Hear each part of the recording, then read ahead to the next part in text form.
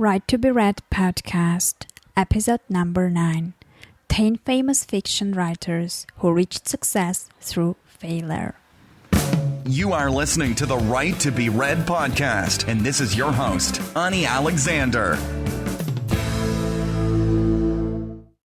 Hello everyone and welcome back to the Right to be Read podcast, the podcast that encourages and inspires writers. I'm your host, Ani Alexander, and today I would like to give you the dose of encouragement and inspire you to keep going and not giving up by no means. So today I'm going to talk to you about failure, about giving up, and about success. We all know that famous writers don't need to seek literary agents and publishers. They don't have to worry if their books will be selling or not. Famous writers don't have the struggles and problems we do. Famous writers don't have day jobs, and they have the privilege of doing only what they love to do, and that is write. Most of us dream to become one of those writers. We wish to be where they are now. But actually, did we ever think where were they before they became famous? Well, I can tell you, they were exactly where you are now. Most of them came to success through failure, and many of them even through a massive failure. Well, I thought that some of you might not believe me. That is why, from many examples, I've chosen the examples of those writers whom almost everyone knows. So even those who don't read much and have not read their books have at least heard their names. None of them was an overnight success, but all of them deserved the success that they eventually got to. So let's see what I mean. The first one is J.K. Rowling. She gave birth to Harry Potter, and the guy made her famous and rich. But things were not that smooth in the beginning. 12 publishers before that rejected her manuscript. So if she gave up, let's say, after the 10th rejection, we would never know that Harry Potter even existed. The second example is John Grisham. He was a lawyer who loved to write. His first book, Time to Kill, was written in 3 years and was rejected by 27 different publishers. But now he's one of the best-selling authors with total copies of 250 million of his books sold. Amazing, huh? Well, another one whom absolutely everyone knows, I'm absolutely sure, Stephen King. Stephen King's book Carrie was rejected 30 times. But once it was published, it sold 1 million copies in the first year alone. Well, let's get to the younger audience and recall Stephenie Meyer. Stephenie Meyer, from the 15 literary agencies she wrote to, 5 did not answer at all, and the other 9 rejected her book. So only one gave her a chance, and we all know what happened next. The Twilight series came out, it became a film later on, and it made Stephenie Meyer a best-selling, famous and rich author. Let's get to earlier times, relatively, compared to Meyer at least. Vladimir Nabokov.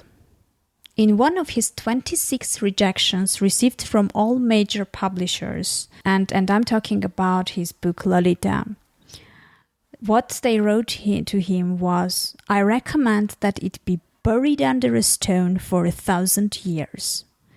Vladimir finally found a publisher in France. Later, Lolita was published by all those publishers that initially rejected it and sold around 50 million copies. Well, what about Margaret Mitchell? She received 38 rejections before Gone with the Wind was published, and as a result sold 30 million copies. As to Audrey Niffenegger, I hope I pronounced it right, 25 literary agents rejected her debut manuscript. She mailed it unsolicited, so to a very small publisher. And later on, The Time Traveler's Wife, her novel, sold 7 million copies since then. Well, what about The Help by Catherine Stockett? The Help was rejected 60 times, and only the letter numbered 61 was with a positive response. As to the romance writer Nicholas Sparks, 24 literary agencies turned down The Notebook. The 25th agent sold it to publisher for $1 million. And now we go to the one who, well, this writer maybe passed through much more than all the writers I mentioned above altogether. I'm talking about William Saroyan. He beat all the records.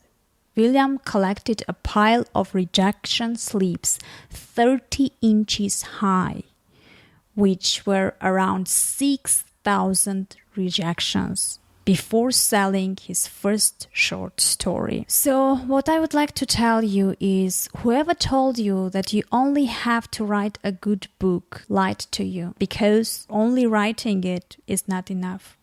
Whoever told it was easy and smooth lied to you too. Things actually will never be smooth, and you won't succeed without coming across failure once in a while. And you will succeed only if you don't give up after the failure. So keep writing, do your best, and don't give up. And eventually you will get there sooner or later. Well, I hope I managed to encourage you for today. Don't give up. The writers I mentioned didn't, and we all know where they are now. I would like to see all of you next to them. So go ahead, write your amazing stories and share them with the audience.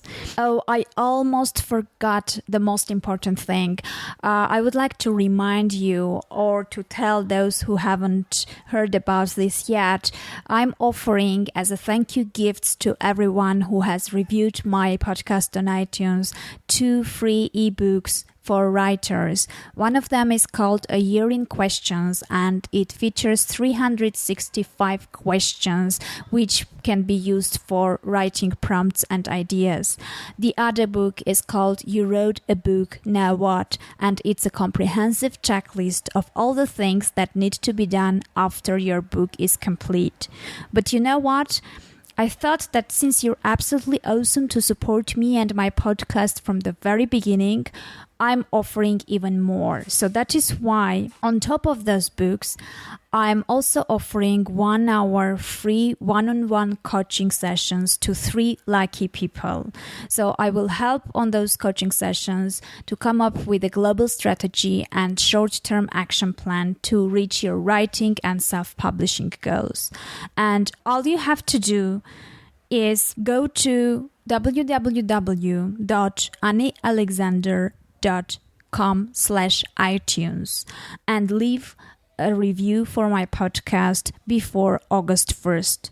After that, as soon as you write the review, just shoot me an email at anniealexander.com and I will send over the ebooks as soon as I see the message. And on the 2nd of August, 3 of you will be randomly chosen, and I will contact you to schedule your Skype call and work on your strategy.